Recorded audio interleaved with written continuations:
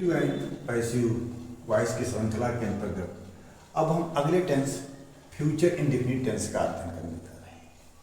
Rule number 1, future indefinite tense में will be तथा shall B सहायक क्रियाओं अर्थात हेल्पिंग वर्ब का प्रयोग वाक्य के कर्ता अर्थात सब्जेक्ट के अनुसार किया जाता है। रूल नंबर 2, आई बी के साथ शैल बी तथा अन्य सभी सब्जेक्ट्स के साथ विल बी के पश्चात मुख्य क्रिया की अर्थात मेन वर्ब की थर्ड फॉर्म का प्रयोग होता है। एग्जाम्पल जैसे है Mohan will write an essay today. जब हम इसकी पैसिव बनाएंगे तो एन एसे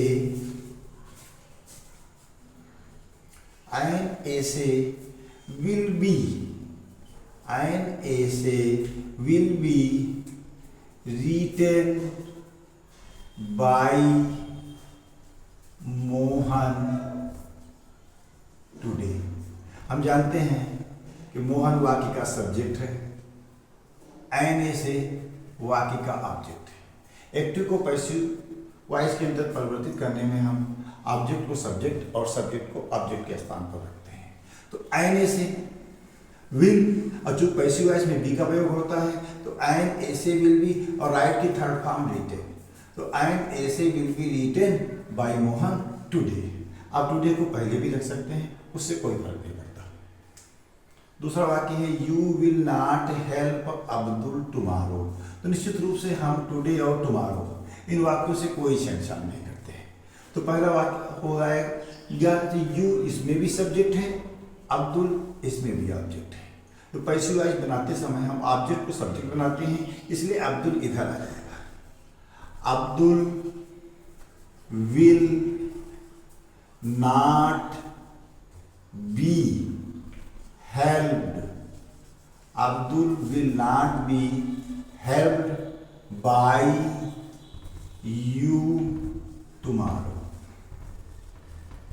इस प्रकार से you will not help Abdul tomorrow, इसकी जब हम पैसिव वॉइस बनाएंगे तो पैसिव वॉइस में जो सेंटेंस बन के आएगा वो सेंटेंस आपका होगा Abdul will not be helped bye you tomorrow. आगे की ओर चलते हैं। अगला वाक्य है विल यू एक्कम्पनी मी। ये इंट्रोगेटिव सेंटेंस है। तो इंट्रोगेटिव में हम जानते हैं कि जैसा आपको मालूम है आई और वी के साथ शैल भी का प्रयोग होता है, और चूंकि मी है ये सब्जेक्ट की ओर आएगा तो आई हो जाएगा। तो हो जाएगा शैल आई B accompanied।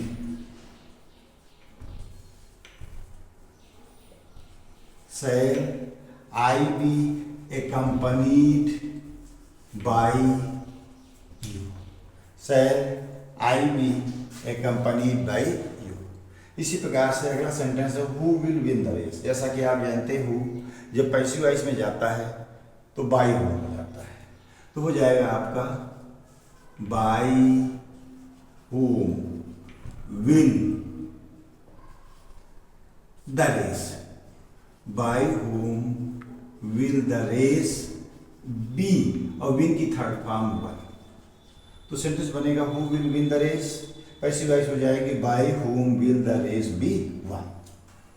Active and passive voice की श्रृंखला के अंतर्गत हम अंतिम टेंस फ्यूचर परफेक्ट टेंस का अध्ययन करने जा रहे हैं। हम जानते हैं कि इस टेंस में आई बी के साथ सहायक क्रिया अर्थात helping verb shall have been तथा अन्य सभी कर्ताओं सब्जेक्ट्स के साथ सहायक क्रिया helping verb will have been का प्रयोग करके मुख्य क्रिया अर्थात मेन वर्ब की थर्ड फॉर्म लिखी जाती है। एग्जाम्पल में जैसे पहला एग्जाम्पल आपका है she will have invited me to dinner. तो सी जो है ये आपका सब्जेक्ट है, मी जो है ये आपका ऑब्जेक्ट है। जब हम एक्टिव को पैसिव में परिवर्तित करते हैं तो सब्जेक्ट को ऑब्जेक्ट के स्थान पर और ऑब्जेक्ट को सब्जेक्ट के स्थान पर। तो मी जो है सब्जेक्ट के स्थान पर आएगा तो हो जाएगा आई। जैसा कि हम जानते हैं कि आई और वी के साथ शैल और बीन का प्रयोग होता है, अर्थात आई शैल हैव बीन। अब चूंकि फ्यूचर परफेक्ट में पहले से ही थर्ड फॉर्म लगी होती है और जो पैसिव वॉइस में थर्ड फॉर्म लगती है, इसलिए इनवाइटेड जैसे कि तैसा होता है। तो I shall have been invited, फिर हम इस टू डिनर को लगा देंगे। I shall have been invited to dinner, और सी का हो जाएगा her. I shall have been invited to dinner by her. James will not have troubled Joseph, तो वही चीज इसमें भी है कि जेम्स जो है सब्जेक्ट है, जोसेफ जो है ऑब्जेक्ट है। तो जोसेफ इधर चला आएगा तो हो जाएगा Joseph will not, Joseph will not have been troubled, Joseph will not have been troubled by James। इस प्रकार से एक्टिव वॉइस का वाक्य है James will not have troubled Joseph. इसकी जब हम पैसिव बनाएंगे तो पैसिव हो जाएगी आपकी Joseph will not have been troubled by James. अब हम तीसरे वाक्य की ओर चलते हैं। तीसरा वाक्य who will have punished these innocent boys.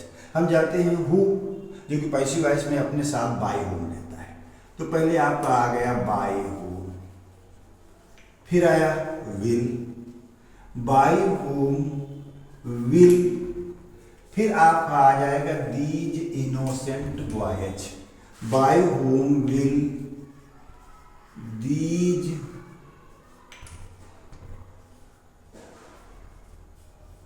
innocent boys, by whom will these innocent boys, इसके बाद आ जाएगा have been, by whom will these innocent boys have been punished।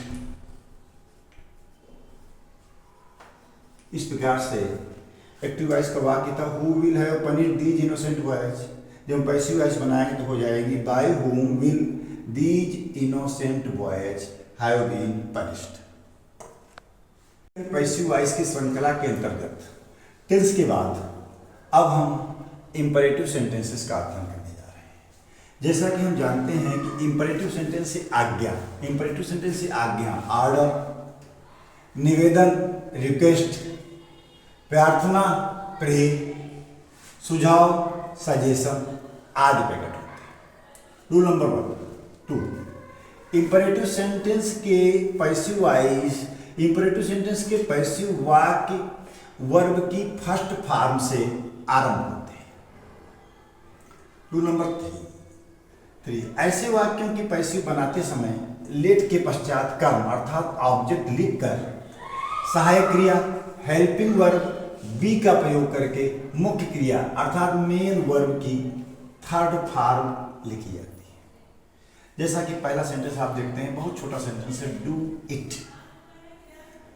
तो अब चूंकि इस वाक्य की शुरुआत हम लेट से करते हैं तो पहले हो जाएगा आपका लेट, लेट इट और फिर be, let it be done. इस प्रकार से डू इट की जो पैसिव वॉइस हुई वह हुई लेट इट बी डन। दूसरा वाक्य है इन्फॉर्म द पुलिस, तो late the police be informed, late the police be inform. हम जानते हैं वाक्य में यू जो है छिपा रहता है, तो चाहे आप व्यक्त करें या उसे छिपा ही रहने दें। तीसरा वाक्य है open the door, let the door be opened. इस प्रकार से हम जानते हैं डू इट की पैसिव बनी let it be done, inform the police इसकी पैसिव बनी let the police be inform, open the door इसकी पैसिव बनी let the door be open.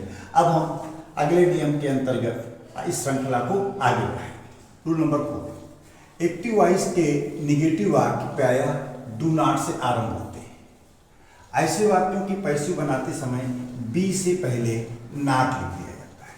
जैसे उदाहरण के लिए सेंटेंस है do not call the servant, तो हो जाएगा let the servant not be called. इस प्रकार से आपका जो पैसिव बना हुआ let the servant not be called, अर्थात do not call the servant. जब हम इसके पैसिव वॉइस बनाएंगे तो जो पैसिव वॉइस सेंटेंस होगा वो सेंटेंस आपका होगा late the servant not be called.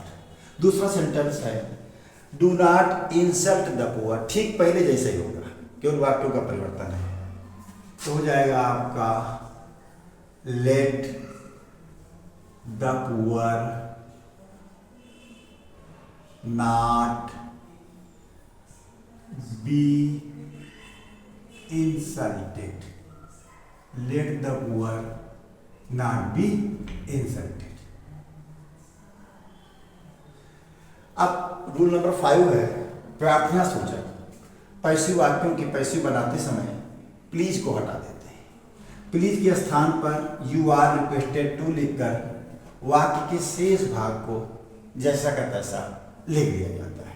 जैसे वाक्य है आपका please do it, you are requested, you are requested to do it.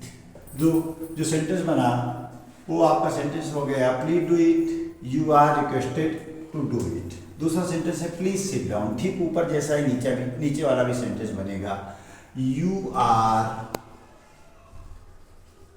Requested to sit down. इस प्रकार से लगातार आपकी एक्टिव और पैसिव वॉइस की जो श्रृंखला चल रही थी वह श्रृंखला अब समाप्ति की ओर पहुंच गई।